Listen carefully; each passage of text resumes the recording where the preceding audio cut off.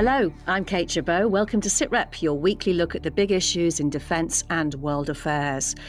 RAF, eyes in the sky, British and American ships at sea, watching the Israel-Hamas war and waiting. But to what end? The humanitarian thing, yes, of course they can do it, but it almost feels like a cover for just putting your chess pieces in the right part of the board for whatever next. Also on Sitrep, fierce fighting, slow progress, but it is progress. We get a first-hand account of Ukraine's counter-offensive. One Ukrainian commander I spoke to said that he only had 5 artillery shells a week for his L119, which meant less than 1 a day, and that at that rate it wasn't really any use at all. And we talked to the man who wrote America's counterinsurgency manual and ultimately had charge of British operations in Iraq and Afghanistan. General David Petraeus shares his personal lessons on the evolution of war. I did actually ask, could you give us a little bit more detail on what happens after we get to Baghdad and topple the regime? And their response was, you just get us to Baghdad, Dave, we'll take it from there. And obviously that did not work out particularly well. Sitrep with Kate Chabot and Professor Michael Clarke. The complex history and modern dynamics in the Middle East mean a conflict that starts between two clear parties is at great risk of spreading like wildfire. So far in Israel's war with Hamas in Gaza, that has not happened. But the rapid deployment of ships and planes by the US and Britain does show how worried they are. Mike, hi. Are they right to be worried? Yes, they are, because the attack which took place on the 7th of October, the Hamas attack into Israel, was a game changer. It really was a 9/11 moment for Israel and potentially for the rest of the world. And the things that we've seen, just the reactions on the street, as they say, around Arab capitals in the last 48 hours, as it were, tells us that this crisis may be in a very small place called Gaza, but actually it threatens to remake in a rather violent way the structure of the Levant itself. And Mike, the American deployment dwarfs the British one. So what has Washington sent exactly? Well, there's the 2 carrier battle groups. The Gerald R. Ford is there. CENTCOM confirmed it was there some days ago. And the Eisenhower, the second carrier battle group, I think is either there or it's almost there. And with 2 carrier battle groups, you can start a war. And so it's there as a deterrent to make sure that the other regional powers know that the United States will not be indifferent to what happens. It won't just stand by and wring its hands at what is happening, but also carriers do represent an enormous investment in capabilities, so they can act in a humanitarian way. They're communication centres, they're intelligence gathering centres. There's a great deal that you can do with a carrier battle group, and they're a hedge against the unexpected. If things develop in peculiar ways, when you've got 2 carrier battle groups there, you've got lots of options, both military and non-military, which those carrier battle groups can implement for you. So what is the thinking exactly? I think the thinking from America's point of view is to try to contain the crisis, to keep this to an Israeli-Gaza, Israeli-Hamas war and not allow it to go any further. And by containment, they know it might spread to the West Bank and East Jerusalem. I think they're almost expecting that. But they really don't want it to spill over from Lebanon. And they absolutely don't want the Iranians, either deliberately or because they can't resist it, to get pulled in. It's possible that Iran doesn't want to get pulled in, but will be pulled in any case, because groups, as it were, acting as Iran's proxies, will do their own thing and get pulled in. And so the United States are very keen to resist Iran actually becoming tangibly involved in this crisis. And they'll do quite a lot to try to prevent that. OK, so let's look at the British deployment, which the Prime Minister outlined to MPs. I have deployed a Royal Navy task group to the Eastern Mediterranean, including RFA Lyme Bay and RFA Argus, 3 Merlin helicopters and a company of Royal Marines, ready both to interdict arms and support the humanitarian response. We are bolstering our forces in Cyprus and across the region. And let me be clear, we are not engaging in fighting or an offensive in Gaza, but we are increasing our presence to prevent broader regional instability at this dangerous moment. So, Mike, one of the interesting bits in there is that bolstering of our forces in Cyprus, 250 miles from Gaza. So not engaging in fighting, but maybe trying to look like we could if we had to. Yes, there's a degree of symbolism in all that to show that we are, second to the United States. We may be very much smaller, but we can do things quickly in the way that the United States can. We still have that ability to be there on day one, just about. But also, for the same reasons as the Americans want some force in the area, there's lots of other things they can do. I mean, the Prime Minister said there, interdiction. It may be that there'll be a lot of arms smuggling going in and out of Gaza. And so a lot of seaborne traffic may have to be interdicted to maintain a barrier against smuggling into Gaza. Intelligence collection will be very important. I mean, the British and Cyprus are doing a lot to look after what's happening over Lebanon, to at least report on what they know is happening in Lebanon. And then the possibility of civilian evacuation. I mean, you may need more troops. A company of Marines are on board the RFA ships, the two Royal Fleet Auxiliary ships. And, if a civilian evacuation, a rapid evacuation has to be effected, and there was a case in the 1980s where we did exactly that from Lebanon, then you need a company of Marines to oversee it. So there's lots of different things that may be done. So it's a symbolic deployment, but also it has two or three real world effects, which gives us a range of options if we need them in the next few weeks. And to break it down a bit more, that intelligence gathering you're talking about, the planes and helicopters, they're very much for surveillance then? Yes, they are. I mean, the P-8 Poseidon is there. That's been on station now for over a week. Helicopters, less so, but I mean, they're very good for intelligence in the maritime space. And also, RAF Troodos, Mount Olympus in Cyprus, is a very important listening station. Cyprus has never been more important to us than it is now. Cyprus and Gibraltar, given developments in North Africa and the Middle East, the ability to have two bases at either end of the Mediterranean is extremely useful in terms of intelligence gathering. And in Cyprus, you've got this jumping off point using RAF Akrotiri, very big base, and all the sovereign base areas, which are really useful to Britain. But also you can have operatives going in and out of there without too much attention, because there's so much transit in and out of Cyprus. If you have intelligence agents moving in or intelligence services moving in, nobody really notices until they start doing their job. Well, the Merlin helicopters will be flying from two Royal Fleet Auxiliary ships, Argus and Lyme Bay. They're support vessels for the Royal Navy. They're not warships. So are they right for the job of patrolling and potentially intercepting weapons shipments? Tom Sharp commanded 4 different ships during his 27 years in the Royal Navy. There's two parts to that answer. As an asset on their own, they're well equipped to do it. They have the sensors, they have the information feeds to put them in the right part of the ocean to conduct these tasks, and then they have the assets within them, the Royal Marines and the boats, to go and do it. That doesn't ameliorate the fact that they will be operating in a relatively high threat environment, and that's perhaps where their shortcomings are exposed slightly more. So in terms of what the Prime Minister said, allocating for that task, they can do that pretty well, but they will need to be protected in order to do it.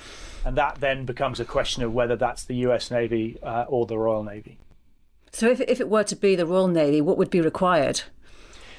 HMS Duncan is currently up in the Adriatic, and she would be perfect for that. She's one of our area air defence destroyers with long and short-range missile systems that could provide an overwatch to these two ships as they conduct these tasks. But she's also currently the flagship for one of the NATO standing groups assigned to tasks in and around the Russian activity in Ukraine. So now we've got a tasking conundrum. We've got a priorities conundrum. She's up there doing valuable tasking with the Commodore on board, but also we're about to send 2 relatively large units into a missile envelope in the Eastern Mediterranean without UK protection. So what's the priority? Now, if Duncan is detached and has to head down there, then she will probably disembark the NATO staff and they'll carry on doing their task as the flag just on another ship. And then Duncan becomes just a Type 45 destroyer, and she picks up the 2 RFAs as they head past. I personally think that would be a sensible option. I'm slightly uncomfortable with the idea of relying on the Americans for this task when we have a ship of our own that could do it. And what about humanitarian support? How might they play a part in that if and when the situation allows? That's really harder to call, I think. It is difficult to envisage a scenario where they go alongside and start evacuating people in their thousands, like Operation Highbrow back in the noughties. It's hard to see, where and who would they be evacuating? Where is this humanitarian task coming from? and where would they go? There are so many moving parts to that. And I think both the US and the UK groups have been positioned to do that. But I think it almost feels like a cover for just putting your chess pieces in the right part of the board for whatever next. And the humanitarian thing, yes, of course they can do it, but how and to what end is much harder to call at this point. Mr. Sunak stated clearly that our aim is to prevent broader regional instability, not to join any conflict. What should we make of the inclusion of a company of Royal Marines and also the slightly more vague statement that we're bolstering our forces in Cyprus? Navies are there to deter. In fact, they spend 99% of their time setting the conditions to not need to be used. One of the key other components of deterrence is the fact that if you do fail and it does flip across into kinetic action, you have the pieces to do that. And so by putting these large grey ships, I mean, they're not warships, but, to all intents and purposes, they're still sovereign territory. They still fly an ensign. They still have all that sort of architecture around them. So let's call them warships. You're putting them in place, and that's sending a very clear message. And then within them is offensive capability if that doesn't work. So it really is, it's the joy of navies. It's what they do. It's what the 2 US aircraft carriers are doing. They're just there, out of sight, but not out of mind. Yeah, you mentioned the US air carriers. They've sent a carrier strike group. Another is on the way. Aside from this very big message, what are they actually there for? Yeah, so the USS Ford was there already. She has now been extended. That's very significant because that takes sign off at the top of the US government to do. The Eisenhower was already going. She has been accelerated and is now heading across the Atlantic.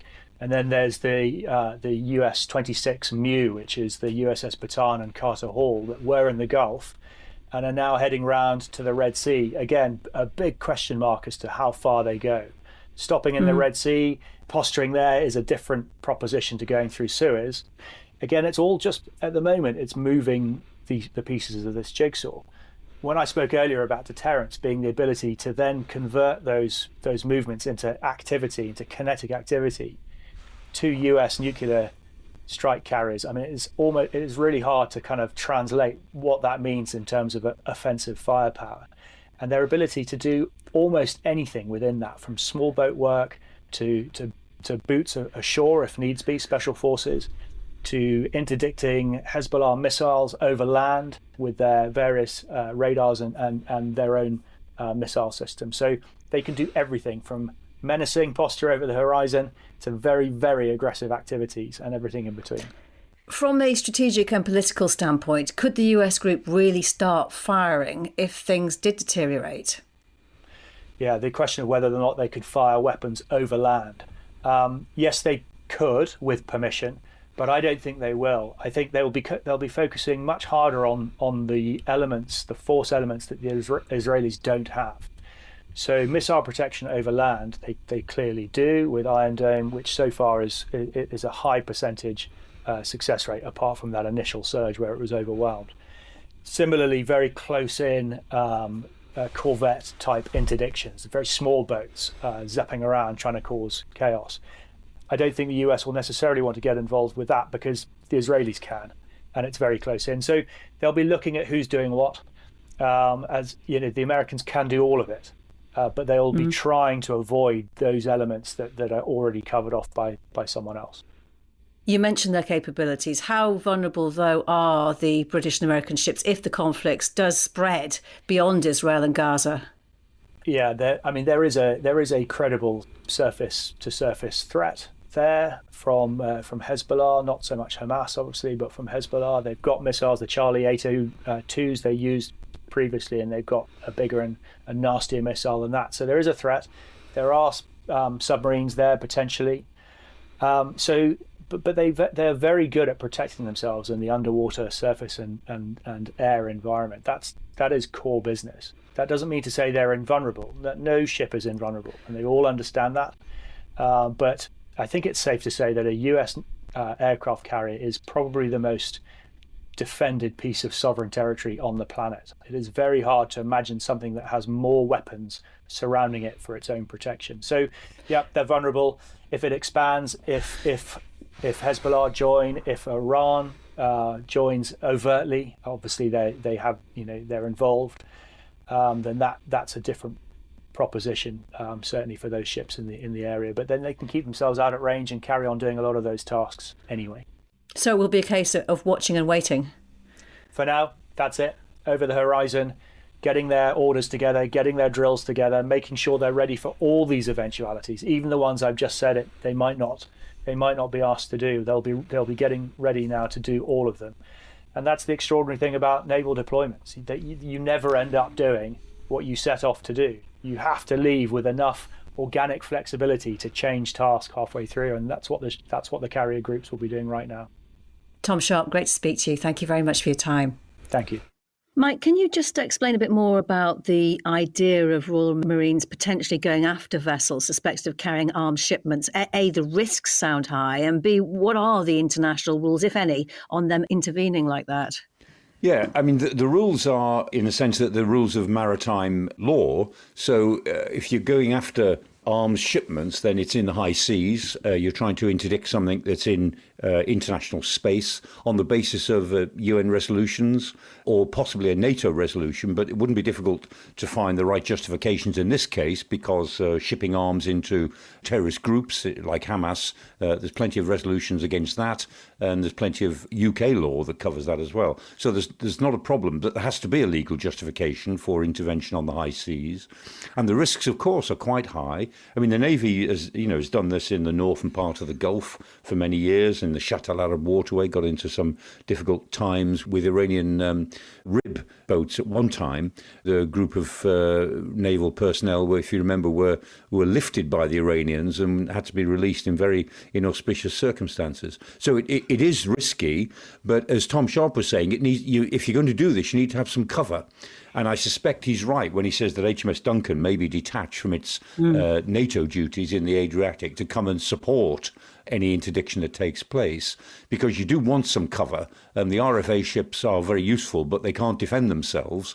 They do need some, a warship close by that's got the sort of capabilities that Duncan has got. So I suspect he's right when he says that may well happen. But yes, it's dangerous. The Marines train to do this all the time. Technically, getting to the side of a ship, getting onto a ship, checking it out, that's all standard procedure. But lots of things can go wrong in those moments, and you don't know if the ship is going to make a run for it, and you need to chase it, and then shots end up being fired. There are all sorts of imponderables when you board another ship. Well, the war in the Middle East has almost entirely taken Ukraine out of the headlines. There was already an element of fatigue surrounding Ukraine news stories. And with slow progress in the counteroffensive, it can feel like there is little which is truly new to report. But while the fighting may be off the front pages, it is still raging. So we've been talking once again to the Daily Telegraph's Colin Freeman to get a sense of what is actually happening. He's just back from 3 weeks travelling along the front line, assessing progress in Ukraine's counteroffensive. Yes, certainly there's been no big cities taken or no big prizes taken really during the counter-offensive. We've not seen big crowds of people cheering on Ukrainian forces as they've come into various towns or anything like that, the kind of thing that we saw occasionally last year. What's going on instead really is lots of very, very fierce battles for often very, very small villages, sometimes 500 people or less, and most of those people, if not all of them, have often left. Sometimes these battles will be raging for 4 or 5, 6 weeks at a time. And while they don't get much publicity in the wider world, for understandable reasons, they do actually attract quite a lot of headlines in Ukraine, and you will see battles discussed endlessly on TV and social media that may have been over minute amounts of territory, but given the level of fighting and the level of grit that has been required to take them, these are not insignificant, but the progress is very slow. You're often talking, like 1 or 2 kilometers, one village here, one village there, and so on. But as far as the Ukrainians go, what they do say is that the degree to which the Russians often fight back to try and hold these places, and the fact that the Ukrainians are generally prevailing, suggests that everything is going roughly in the right direction. So how much have things changed since you were there in the summer? And are you then now getting the impression, really, that Ukraine is getting the upper hand? On paper, it's not changed a lot. What you see is that they've maybe taken 10 kilometres here of territory, 10 kilometres there of territory, which, given that in for example, the southern district of the counter-offensive area, they've got about another 60, 70 kilometres to go before they reach the Sea of Azov to cut the Russians off from access to Crimea. So there's a great deal more way to go. However, they are at the moment trying to penetrate through the toughest bits of the Russian land defences, where the area is thick with anti-tank mines, anti-personnel mines and lots of tank traps. So this is perhaps the hardest going. And they are showing signs of puncturing through here and there, but it's not a situation where you will get one decisive blow. But most of the Ukrainians I spoke to did seem to think that at some point the floodgates may open. They may reach a point where they start outflanking the Russians, or the Russians start deserting or giving up. And at that point, then things will change. What nobody can tell is just when that will be. And Colin, much has been made of the Western equipment that has been sent and is being sent to arm Ukraine, but shortages of some ammunition you found are beginning to bite. What did you see? As we interviewed a group of Ukrainian artillery operators who'd been given the new British L119 field gun. It's a howitzer, not brand new, but still very workable. The Ukrainians received about 36 of these, I think, earlier this year. They say it's a nice gun, it fires accurately, it's more easy to use, but they don't have enough shells for them. One Ukrainian commander I spoke to said that he only had 5 artillery shells a week for his L119, which meant less than 1 a day. He said at that rate he was having to weigh out very carefully while in battle whether he was going to use this gun or not, and that at that rate it wasn't really any use at all, unfortunately. Instead, they're reverting to some of their old Soviet-era guns, which at least have shells available. And what kind of impact is that having on the Ukrainian campaign? And do you know whether Russia is also suffering the same kind of shortages? Well, certainly the shell shortage is across the board. And this is not just something that's affecting British guns, I don't think. There is a general shortage of artillery ammunition across Ukraine's western supporters at the moment. Ukraine does have other artillery that it can use where the shell shortages are less acute. But clearly it's not great if they're being given up-to-date Western kit without the means to use it properly on the battlefield. And you did get to see a German Leopard tank in use. What are the Ukrainians making of that? We did indeed. This was a tank commander who was used to driving old Soviet tanks, but he'd had training in Europe earlier this year on a German Leopard tank, one of about, I think, 70 or so that have been given to Ukraine so far. I asked him if he liked it. He said he did. He said he appreciated the fact that the armour was much better on it. You felt much safer. And he also said that it was a lot quieter, the engine, and I sort of wondered really whether that made that much difference, given that no tank engine is that quiet. But he said that in certain conditions it did mean that you could creep up on the enemy a bit more easily than you would have done in a Soviet tank, if you had the right terrain to disguise the noise a bit. Whereas an old Soviet tank would have let everybody know that it was in the vicinity from about 3 kilometres away. And that had been useful in certain ambush situations where they'd be able to get within just a few hundred yards of the Russian positions before the Russians had noticed they were there. Having said that, we also interviewed some commanders who were still using the old Soviet tanks as well, and we asked them whether they were wishing that they had the Leopards or the British Challengers instead. And they were largely philosophical. They said, actually, when it comes to tanks, a tank is just a machine. It's a tool, and what counts really is how you use it in battle.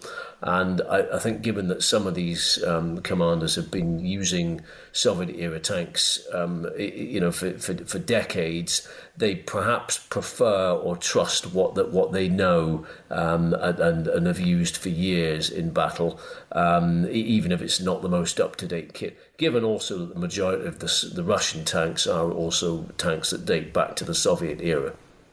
Interesting thought. Colin, what do you think will happen in the coming weeks and months? I think the consensus is not an awful lot.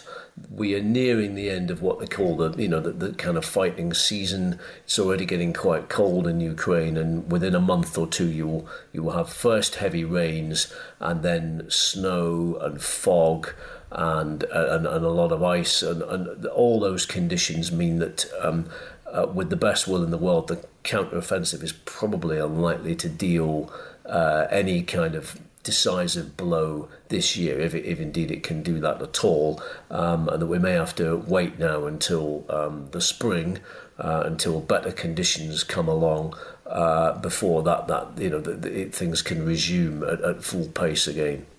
Colin Freeman, good to speak to you. Thank you so much for your time. You're welcome. Mike, let's pick up on one detail of apparent Ukrainian progress. Reports from Russian military bloggers, they've crossed the Dnipro River just up from Antonivka. That river has been something of a natural front line for much of this war, hasn't it? Yes, I mean, it's a very big river. I mean, it's very wide. It's difficult to cross, lots of islands in the middle of it. The Ukrainians have crossed it in a couple of places. They crossed the Antonivsky Bridge a while ago, and they've got placements a bit further upstream, but they look as if they've crossed in greater force now.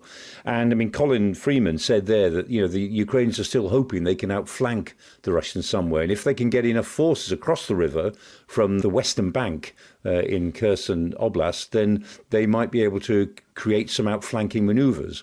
And I'm sure that's what they will be hoping to do, because the Russians are stretched. And if the Ukrainians can actually get across the river and then put some pressure on the Russians around Tokmak, then that might do some good. But we'll see. As Colin said, the Ukrainians are still hoping for some sort of breakthrough where they've stretched the Russians to the point where Russian forces crumble significantly. It hasn't happened yet. And as he said, I mean, they're running out of time between now and the bad weather when it could happen. We're talking now about something in the next 2 to 3 weeks. Well, the Ukraine war is already being recorded in the history books. And yes, we're already trying to identify the lessons. But a major new book has just been published, written specifically to identify the lessons from previous wars and how they could be used in Ukraine's fight for survival.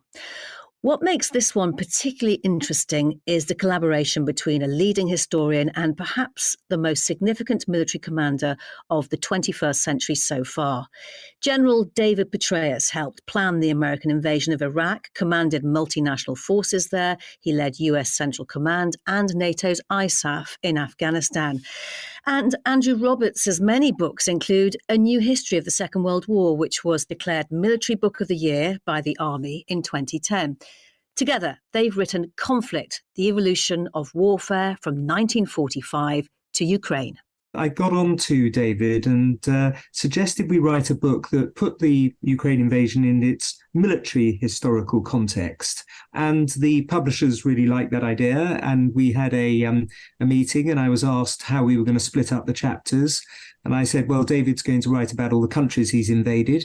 And I would fill in, and also Vietnam as well. Yeah, he wrote that chapter too. I'd sort of fill in some of the rest. We fought together before, Kate.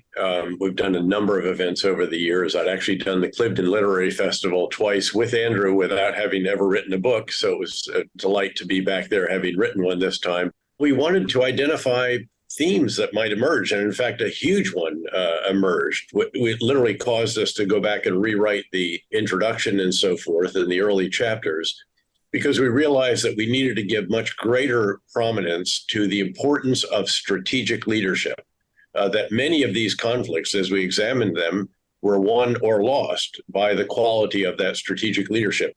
Personal to you, the wars in Iraq and Afghanistan both started with rapid success for the US and its allies, but became long drawn-out failures. What personal lessons do you take from those wars? Well, there's a number about the initial period, particularly in Iraq, if I could, that, I mean, one is that you should understand a country really well if you're going to invade it. And the truth is we didn't have the kind of really granular, deep, nuanced understanding of the situation on the ground.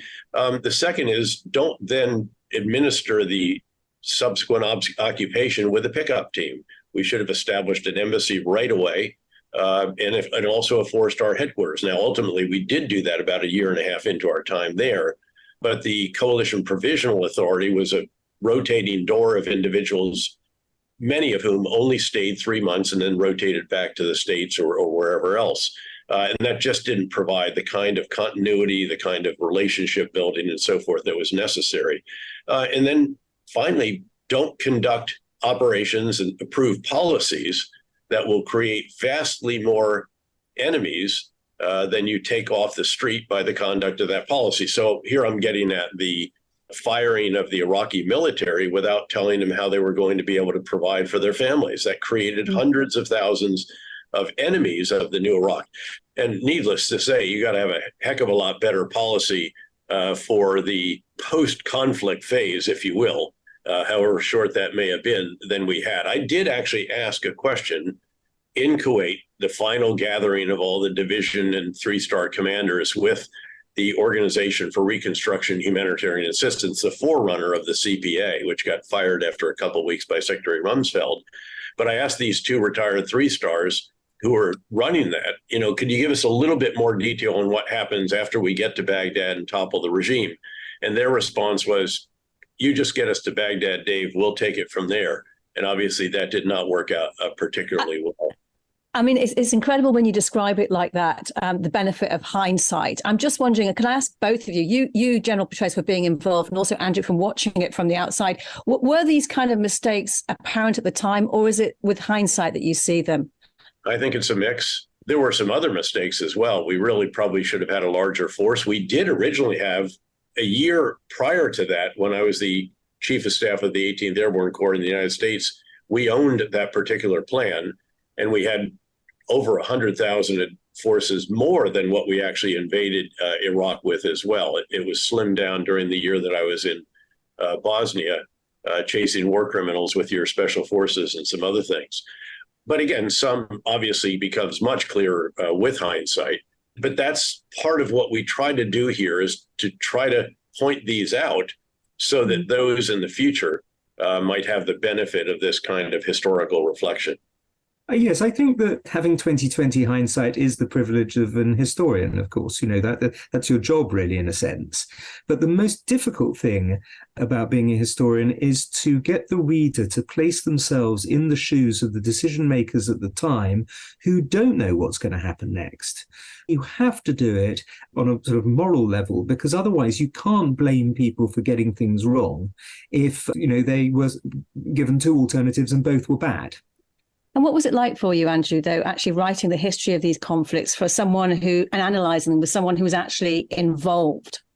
Well, of course, working with David was fascinating, because I was able to email him and ask him how he felt at particular times, or what certain people, great historical figures essentially, were like, because he served with them and met them and knew them. So, and I never have. So that was a tremendous insight for me. Up until then, I'd only ever written about people like Churchill and Napoleon, who were safely dead and who I knew would not contradict the decisions and the statements that I made.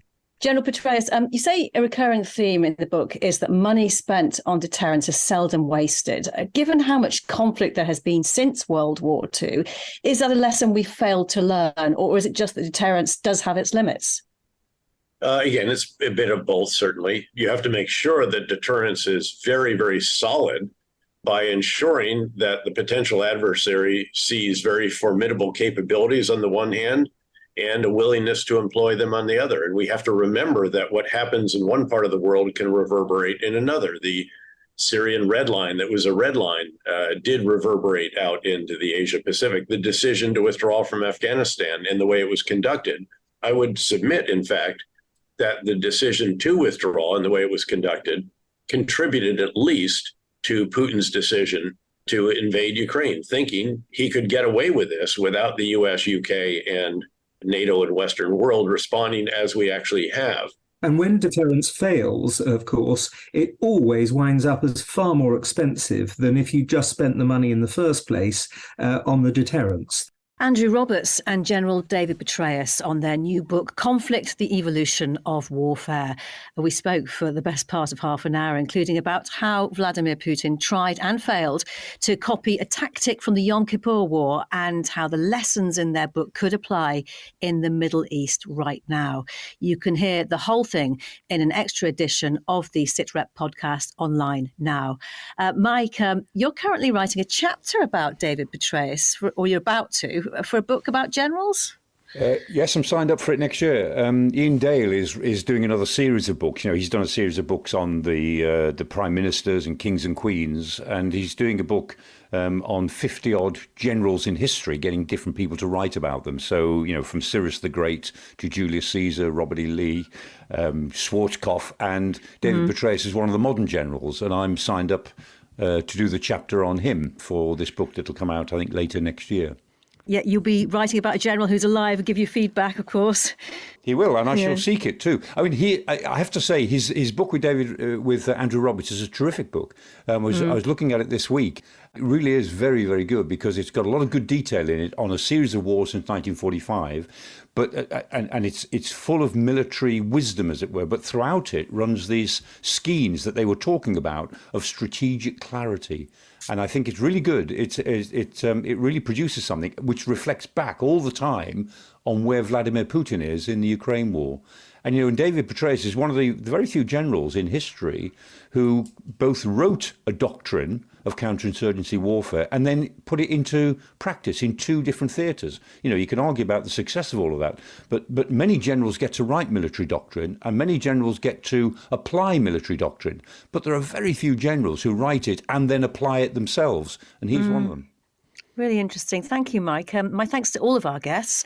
Don't forget, you can hear the full version of General Petraeus and Andrew Roberts, that interview, wherever you get your podcasts. You can follow us and you'll never miss an episode. Professor Michael Clarke and I will be back with another SITREP next Thursday. For now, though, from me, Kate Chabot, thank you for listening. Bye-bye.